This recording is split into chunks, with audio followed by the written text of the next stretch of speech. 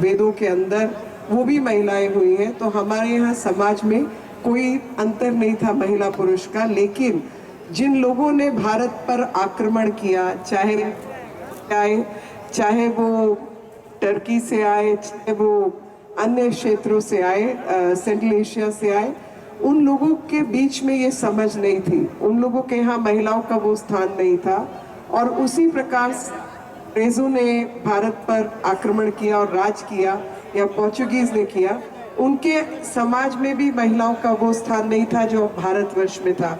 और गलती हमारी ये हुई कि हमने उनकी परंपराओं को सीखकर अपना लिया और अपनी परंपराओं को हम भूल गए, क्योंकि वो हमारे शासक बन गए और हम उनके स्लेव्स बन गए। आज़ादी का अमृत महोत्सव उन्हीं सब गाथाओं को, उन्हीं सब शहादतों को, उन्हीं सब बलिदानों को और उन्हीं सब सुशक्ति सुविचारों को मनाने का कार्यक्रम है। और आज की प्रस्तुति के लिए मैं अपने मंत्रालय जी कृष्ण रेड्डी जी के नेतृत्व में कल्चर मिनिस्ट्री की जो प्रेजेंटेशन है, उसके लिए अपने पूरे डिपार्टमेंट का सहृदय बहुत बहुत आभार और धन्यवाद व्यक्त करती हूँ कि हैदराबाद की जनता को वो सब देखने को मिला जिसकी कामना मैं चाहती हूँ कि दिल्ली वालों को भी देखने को मिले और देश दुनिया को भी देखने को मिले। इस सब प्रस्तुतिकरण के लिए आपका बहुत बहुत आभार। जय हिंद, जय भारत, भारत माता की। आवाज थोड़ी कम है, आपकी संख्या बहुत ज्यादा है, और भारत माता की बात हो तो दम के साथ ही आवाज निकलनी चाहिए। भारत माता की, भारत माता की, भारत माता की। जय हिंद, जय Bharat. Thank you very much ma'am, बहुत बहुत आभार मीनाक्षी लेखी जी का। जी, और देवी सज्जनों, हमारे लिए सचमुच सौभाग्य की बात है कि आज के इस अवसर पर मंच पर हम सबके बीच आदरणीय श्री विद्यासागर राव जी, अपने ही नगर एसी नगर से जिनका संबंध है, लेकिन महाराष्ट्र में राज्यपाल के पद की आपने गरिमा बढ़ाई। स्वर्गीय अटल बिहारी वाजपेयी जी जब प्रधानमंत्री के पद रूप में अपने दायित्वों का निर्वहन कर रहे थे, उसके मंत्रिमंडल में भी आपने अपनी भूमिका और दायित्वों का निर्वहन किया है। आज आप हम सबके बीच में हैं। मैं निवेदन करूंगा आदरणीय विद्यासागर राव जी से कि इस अवसर पर अपना आशीष, अपनी शुभकामनाएं हम सबको जरूर दें।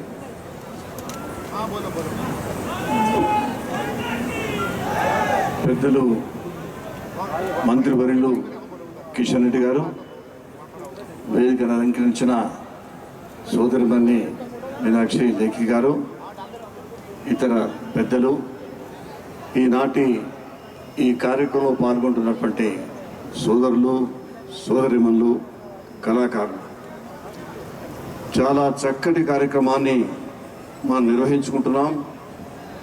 ఆజాదీ కా అమృత్ మహోత్సవ్, మనకు స్వాతంత్రం వచ్చి 75 సంవత్సరాలు గడిచింది అనేటువంటి ఉత్సాహంతో, ఇంకా ముందుకు పోవాలనేటువంటి ఒక తపనతో, ఒక దీక్షతో ఈ కార్యక్రమాన్ని నిర్వహించుకుంటున్నాం।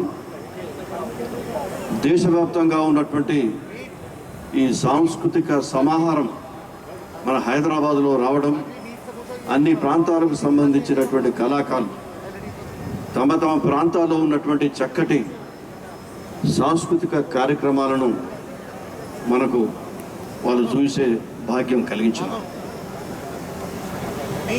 ఆజాదీ కా అమృత్ మహోత్సవ్ కార్యక్రమాన్ని 75 సంవత్సరాల మన స్వాతంత్రం పూర్తి చేసుకుంటున్నటువంటి సందర్భంలో ఇది నరేంద్ర మోడీ గారి నేతృత్వంలో జరగడం నా అదృష్టంగా, మనందరి అదృష్టంగా మనం భావిస్తున్నాం। మన భారతదేశానికి రాజకీయాలు లేవు। మా కిషన్ రెడ్డి గారు, మేమందరం ఏమనుకుంటామంటే, రాజకీయ పార్టీలో ఉన్నప్పుడు ఇది ఒక సాంస్కృతిక జాతీయ వాదం అంటాం మనం, రాజకీయం కాదు, సాంస్కృతిక జాతీయ వాదం ఈనాడు భారతదేశంలో నరేంద్ర మోడీ గారిని అగ్రగామిగా చేసింది। వారి నేతృత్వంలో యావత్ ప్రపంచం భారతదేశం వైపు చూస్తుంది। దానికి కారణం సంస్కృతి పరంపర, భారతీయ సంస్కృతి పరంపర, ప్రాణప్రదమైనటువంటి సంస్కృతి పరంపర। మన కిషన్ రెడ్డి గారు ఇక్కడ ఉంటే అయ్యో కిషన్ రెడ్డి గారు కష్టాలు వచ్చినా నష్టాలు వచ్చినా చట్టము తన పని తాను చేసుకోపోతుంది అన్నట్టుగా కిషన్ రెడ్డి గారు తన పని తాను చేసుకుపోతాడు అనేటువంటి అభిప్రాయం కలిగింది. మంచి అభిప్రాయం ఉంటుంది. అదేవిధంగా నరేంద్ర మోడీ గారి పట్ల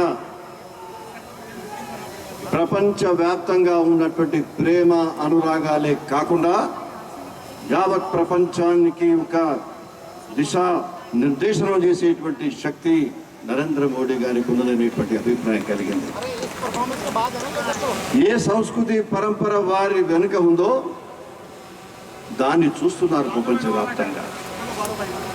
రష్యా ఉక్రెయిన్ యుద్ధం వచ్చి ఒకరికొరు విచక్షణారహితంగా చంపుకుంటున్నారు. ఎంతో ప్రాణ నష్టమే కాకుండా అసలు 2 ప్రాంతాలు కూలుకోకుండా అయిపోయినాయి. ఇటువంటి పరిస్థితులలో నరేంద్ర మోడీ గారు ఒక 6 గంటల యుద్ధాన్ని ఆపండి అంటే ఆపేసేసినారు. ఎక్కడ తుపాకీ పేలుళ్ళు కానీ ఇంకేది కానీ లేదు. భారతదేశ విద్యార్థులందరినీ కూడా ఒక్కరిని పోకుండా మన మీనాక్షి లేఖి గారు, కిషన్ రెడ్డి గారు వీళ్ళందరూ కూడా ఎయిర్పోర్ట్లో స్వాగతాన్ని పలికినారు. ఆ విద్యార్థులకు అందరూ వచ్చిన తర్వాతగా మీ ఇష్టం వచ్చినట్టు చేసుకోండి, కానీ మొత్తానికి మోడీ గారి నేతృత్వం చక్కగా పనిచేసింది. మోడీ గారు యుద్ధం చేయడం లేదు, ప్రపంచవ్యాప్తంగా శాంతిని నెలకొల్పాలనేటువంటి ఆలోచనతో ఉన్నారు. యుద్ధం చేస్తున్నారు కానీ ఆ ఉక్రెయిన్కు రష్యా వాళ్ళకు యుద్ధాన్ని ఏ విధంగా ముగించాలో అర్థం కాని పరిస్థితి ఏర్పడ్డది. బహుశా దాన్ని కూడా మన మోడీ గారే మరి వాళ్ళు సలహా ఇచ్చేటువంటి పరిస్థితి రావచ్చు. పాకిస్తాన్ ప్రధానమంత్రి ఇమ్రాన్ ఖాన్ పాకిస్తాన్ మన భారతదేశ బార్డర్లో సైన్యాన్ని మోహరించి ఎప్పుడు భారతదేశం మీద పడదామని చూస్తున్న సందర్భంలో ఇమ్రాన్ ఖాన్ భారతదేశాన్ని మెచ్చుకుంటున్నాడు. భారతదేశ ప్రభుత్వం చేసే కార్యక్రమాలు మెచ్చుకుంటున్నాడు. ఒక భారత్ మాతాకి జై అనడం తప్ప అన్నట్టున్నాడు ఆయన భారతదేశం గురించి.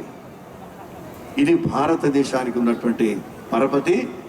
ఇది ఒక మన సాంస్కృతిక కార్యక్రమాల వల్ల జరుగుతుంది. ఒక్క విషయం చెప్పి నేను ముగిస్తాను. మనం పుట్టినదినాలు చేసుకుంటాం. పుట్టినదినాలు చేసుకొని చాలా ఉత్సాహంగా చేసుకుంటాం. ఓ 50-60 సంవత్సరాల క్రితం మన జీవితం 40-50 సంవత్సరాల లోపే ఉండేది. 30 ఏళ్ళకే చనిపోయేవాళ్ళు. తర్వాత మన డాక్టర్ల పుణ్యమా అని ముఖ్యానికి రీసెర్చ్ దానివల్ల ఎక్కువ బతుకుతున్నాం. ప్రపంచంలోనే అతిపెద్ద ప్రజాస్వామిక దేశం మన భారతదేశం. అతిపెద్ద రాజ్యాంగం మనకు ఉన్నది. అంబేద్కర్ గారు ప్రసాదించినటువంటి రాజ్యాంగం. ఎన్ని అవకతవకలు వచ్చినా ఒకసారి రాజ్యాంగాన్ని మరి దాదాపు రద్దు చేసి అత్యవసర పరిస్థితి భారతదేశంలో విధించబడ్డ దాన్ని అధిగమించి 55-75 సంవత్సరంలో చేరుకున్నాం. అదేవిధంగా నాకు అనిపిస్తుంది ఏమిటంటే ఎవరు కూడా షష్ఠి పూర్తి ఉత్సవాలు చేసుకోవద్దుగా. ఎందుకంటే బాగా బతుకుతున్నాం మనం.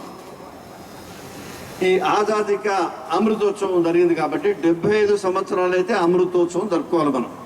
ప్రతి ఒక్కరు కూడా 75 సంవత్సరాలు పూర్తయిన తర్వాత అమృతోత్సవం జరుపుకుంటే ఇంకా ముందుకు అమృతం తాగుతారు కాబట్టి ముందుకు పోయే అవకాశం ఉంటుంది. ఒకవైపు మనం కాపాడుకుంటూ మరొక వైపు ఈ భారతదేశాన్ని ముందుకు తీసుకుపోవడానికి అందరం కూడా ప్రయత్నం చేస్తామని ఆశిస్తూ ఈ అవకాశం ఇచ్చిన నాకు ముఖ్యంగా మీ అందరికీ, మా కిషన్ రెడ్డి తర్వాత వేదిక మీద ఉన్నట్టు అధికారులందరికీ కూడా నా హృదయపూర్వకమైనటువంటి ధన్యవాదాలు, నమస్కారాలు తెలియజేస్తూ సెలవు తీసుకుంటున్నాను. భారత్ మాతా కీ జై. Thank you very much sir, बहुत बहुत आभार. देव सज्जनों, इस पूरे आयोजन के पीछे जो एनर्जी, जो वाइब्रेशन आप फील करते हो, उसका इंस्पिरेशन, उसके सोर्स, उसका स्रोत माननीय जे किशन रेड्डी जी, हम सब के माननीय संस्कृति मंत्री. एक बार करतल ध्वनि के साथ मैं उन्हीं से प्रार्थना करूंगा कि इस अवसर पर एक बार पुनः हम सब में ऊर्जा का संचार करें. గౌరవ పెద్దలు, కేంద్ర మాజీ మంత్రివర్యులు, భారతీయ జనతా పార్టీ రాష్ట్ర శాఖ మాజీ అధ్యక్షులు, మహారాష్ట్ర మాజీ గవర్నరు, మా అందరికీ మార్గదర్శకులు సిహెచ్ విద్యాసాగర్ రావు గారు గౌరవనీయులు, అదేవిధంగా నా తోటి సహచర సాంస్కృతిక శాఖ మంత్రివర్యులు, ప్రముఖ న్యాయవాది విదేశాంగ మంత్రిగా కూడా మరి MOSగా పనిచేస్తూ ఉన్నారు. శ్రీమతి మీనాక్షి లేఖి గారు, అదేవిధంగా మా తోటి అధికారులు, కళాకారులు, గౌరవ పెద్దలు చాలామంది ముందు కూర్చున్నారు. అదేవిధంగా చాలామంది వివిధ రాష్ట్రాల నుంచి సుమారు 600 మంది కళాకారులు ఈ యొక్క 10 రోజుల కార్యక్రమంలో తెలుగు రాష్ట్రాలలో నాతో పాటు కలిసి వస్తూ ఉన్నారు. అదేవిధంగా అనేక రాష్ట్రాల నుంచి వాళ్ళు చేపట్టినటువంటి వృత్తులకు సంబంధించి, వాళ్ళు చేస్తున్నటువంటి కళాకృతులకు సంబంధించి, వాళ్ళు చేస్తున్నటువంటి హస్తకళలకు సంబంధించి, వాళ్ళు చేస్తున్నటువంటి చేనేత వృత్తులకు సంబంధించి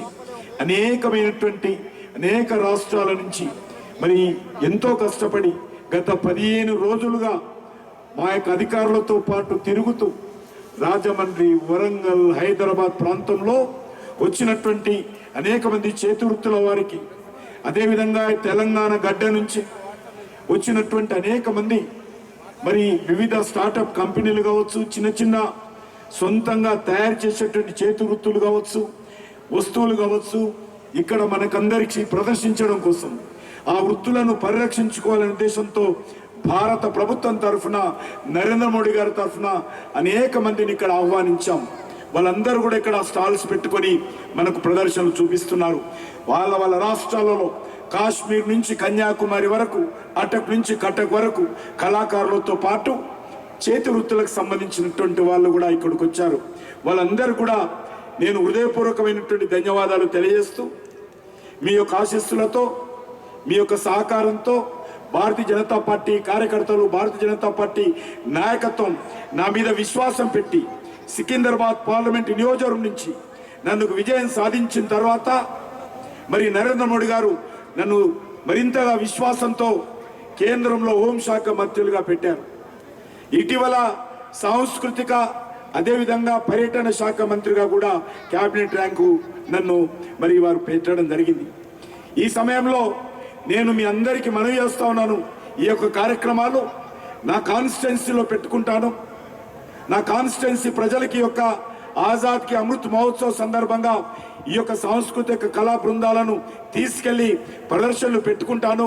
నా తెలుగు రాష్ట్రాలలో పెట్టుకుంటాను, మా యొక్క రాజమండ్రిలో పెట్టుకుంటాము, మా యొక్క ఓరుగలైనటువంటి వరంగల్ పట్టణంలో పెట్టుకుంటానంటే ఏమాత్రం ఆలస్యం చేయకుండా వారు ఆమోదించి ఈ కార్యక్రమాలు అద్భుతంగా ఇంత వేలాది మంది సమక్షంలో మరి ఇన్ని స్టాల్స్ పెట్టుకొని ఇన్ని వందల మంది కళాకారులు ఎండలో కష్టాల్లో ఉంటూ కూడా మరి భారతీయ సాహిత్యం మీద, భారతీయ సంగీతం మీద, భారతీయ నృత్యం మీద ప్రేమతో, ఆప్యాయతతో, మరి అంకిత భావంతో వాళ్ళందరూ కూడా ఇక్కడికి వచ్చారు. నేను ప్రతి ఒక్కరికి, దీనికి సహకరించినటువంటి ప్రతి ఒక్కరికి కూడా ధన్యవాదాలు తెలియజేస్తా ఉన్నాను. అదేవిధంగా మరి ఈరోజు ఈ యొక్క కార్యక్రమం మనకందరికీ తెలుసు, భిన్నత్వంలో ఏకత్వం. ఈ దేశమంతా ఒకటే, ఈ యొక్క భారతీయ సంస్కృతి ఒకటే, జీవన విధానం ఒకటే. కానీ వృత్తులు వేరు కావచ్చు, భాషలు వేరు కావచ్చు, వేషధారణ వేరు కావచ్చు, మాట వేరు కావచ్చు, ఆహారం వేరు కావచ్చు, అన్ని వేరు కావచ్చు. కానీ ఇది భారతీయ సంస్కృతి. ఈ మందరం కూడా భారతమాత ముద్దు బిడ్డలము. ఏక్ భారత్ శ్రేష్ఠ భారత్ అనేటువంటి ఆలోచనతో నరేంద్ర మోడీ గారు పిలుపు మేరకు ఈ కార్యక్రమాలను సాంస్కృతిక శాఖ ఏర్పాటు చేసింది. నా పక్కన నిలబడ్డారు మహారాష్ట్ర అమ్మాయిలు, మహారాష్ట్ర నుంచి నాగపూర్కి వచ్చినటువంటి అమ్మాయిలు. వారు చిన్న వయసులోనే విద్యార్థినిగా ఉంటూ ఈరోజు కళలను పోషించేటువంటి కార్యక్రమం చేపడుతున్నారు. నా వెనుక ఉన్నారు మణిపూర్ వాళ్ళు, నా వెనుక ఉన్నారు నాగాలాండ్ వారు, నా పక్కన ఉన్నారు మిజోరాం వారు, నా పక్కన ఉన్నటువంటి అనేక మంది మేఘాలయకు సంబంధించినటువంటి, అస్సాంకి సంబంధించినటువంటి, బీహార్కు సంబంధించినటువంటి, ఉత్తరప్రదేశ్కు సంబంధించినటువంటి అనేక మంది కళాకారులు ఇక్కడ వచ్చారు. మనం చూస్తున్నాము అనేక రాష్ట్రాలలో, నా తెలంగాణ రాష్ట్రం నుంచి కూడా అనేక మంది ఇక్కడ స్టాల్స్ పెట్టుకున్నారు. కాబట్టి ఇది భిన్నత్వంలో ఏకత్వం. ఇక్కడ ఈ ప్రాంగణంలోకి వచ్చిన తర్వాత ఈ దేశంలో మనమందరం కూడా భారత మాతకి నినాదాలే తప్ప మరే నినాదాలు ఇక్కడ ఉండవు. అదేవిధంగా ఇక్కడ నరేంద్ర మోడీ గారు ఆశయంతో పనిచేస్తున్నటువంటి ఈ కళాకారులు కావచ్చు, మా యొక్క సంస్కృతి కావచ్చు రానున్న రోజుల్లో మరింతగా వాళ్ళను ప్రోత్సహిస్తామని చెప్పి ఈ సందర్భంగా మనవి వస్తున్నాను. తప్పకుండా భారత ప్రభుత్వం తరఫున గత 2 సంవత్సరాలుగా అనేక మంది కళాకారులు ఇబ్బందులకు గురయ్యారు. వృత్తులు పోయాయి, మరి ఆయన ప్రవృత్తులు పోయాయి. మరి ఈరోజు వాళ్ళందరినీ కూడా నిలబెట్టేటువంటి ప్రయత్నం చేస్తూ ఉన్నాం. ఎవరైతే కష్టాల్లో ఉన్నారో వాళ్ళని ఆదుకునేటువంటి ప్రయత్నం చేస్తూ ఉన్నారు. రాష్ట్ర ప్రభుత్వాలు కూడా ప్రయత్నం చేయాలి. ఈరోజు పేద కళాకారులు, పేద చేతి వృత్తుల వాళ్ళు, రెక్కాడితే డొక్కాడనటువంటి వాళ్ళు, సొంతంగా వృత్తుల మీద ఆధారపడినటువంటి వాళ్ళు అనేక మందిని ఈ ప్రాంగణంలో ఇక్కడ ఏర్పాటు చేశాం. ఎవరు కూడా డబ్బులు ఉన్నటువంటి వాళ్ళు కాదు.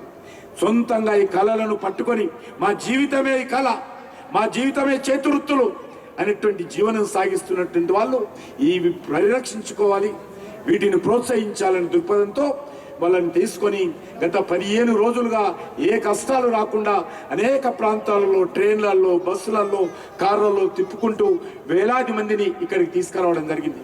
చాలా కష్టమైనటువంటి పని. అయినా మీ అందరి సహకారంతో మా అధికారులు, మరి ముఖ్యంగా మహిళా అధికారులు చాలా కష్టపడి డెడికేషన్తో గత 2 నెలలుగా ఈ కార్యక్రమాన్ని విజయవంతం చేయడం కోసం పనిచేశారు. నేను మీ అందరికీ మనవి చేస్తా ఉన్నాను, ఈ రానున్న రోజుల్లో ఈ యొక్క కళలను అన్ని రాష్ట్రాలకు తీసుకెళ్తాము. అన్ని రాష్ట్రాల కళా పోషణ, అన్ని రాష్ట్రాల కళా సంస్కృతులను విభిన్న ప్రాంతాలకు సంబంధించినటువంటి వాళ్ళను ప్రోత్సహిస్తామని చెప్పి మీకు అందరికీ మనవి చేస్తూ, మరి ఈ కార్యక్రమానికి సహకరించినటువంటి రాష్ట్ర ప్రభుత్వ అధికారులు, గౌరవ ముఖ్యమంత్రి గారిని కూడా ఆహ్వానించాను. అదేవిధంగా కేంద్ర మంత్రులను ఆహ్వానించాను. పెద్ద మనసుతో అందరూ కూడా ఇక్కడ పాల్గొన్నారు. అందరి కూడా స్వాగతం పలుకుతా ఉన్నాను. కానీ పత్రికల్లో కూడా ఏమాత్రం రాయకపోయినా, ఒక అక్షరం కూడా రాయకపోయినా